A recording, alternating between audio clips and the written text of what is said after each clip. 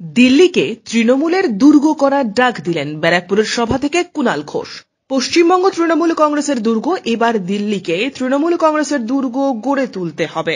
ব্যারাকপুরের দলীয় সভা থেকে সাধারণ মানুষের কাছে আহ্বান করলেন তৃণমূল কংগ্রেস নেতা কুণাল ঘোষ।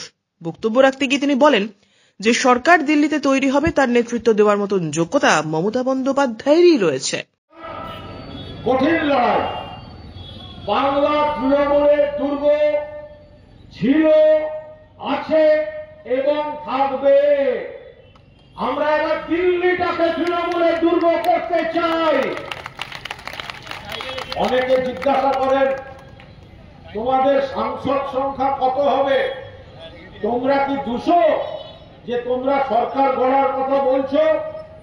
আমরা মানুষকে বুঝিয়ে বলছি না, আমরা 200 নই, কিন্তু সংখ্যা গরিষ্ঠ সাংসদরা যে সরকারটা তৈরি করতে চলেছেন সেই সরকারের নেতৃত্ব দেওয়ার মতো মানুষ কটা?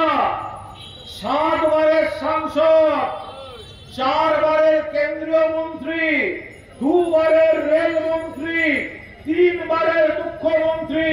মমতা বন্দ্যোপাধ্যায় থেকে বিশ্বাসযোগ্য গ্রহণযোগ্য নাম ভারতবর্ষের রাজনীতিতে আজকে নেই। আমরা জোট যুগে প্রবেশ করেছি, জোট যুগে। এনডিএ সরকার যখন ক্ষমতায় এসেছিল 18টা দল ছিল, 14টা চলে গেছে।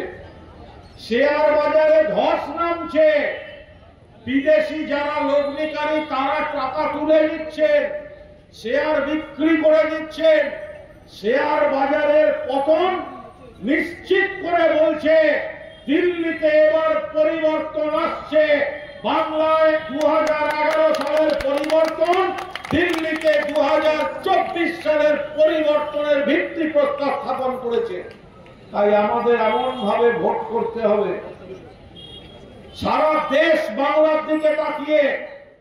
ব্যারাকপুর থেকে সৈকত গাঙ্গুলির প্রতিবেদন, চ্যানেল 24/7।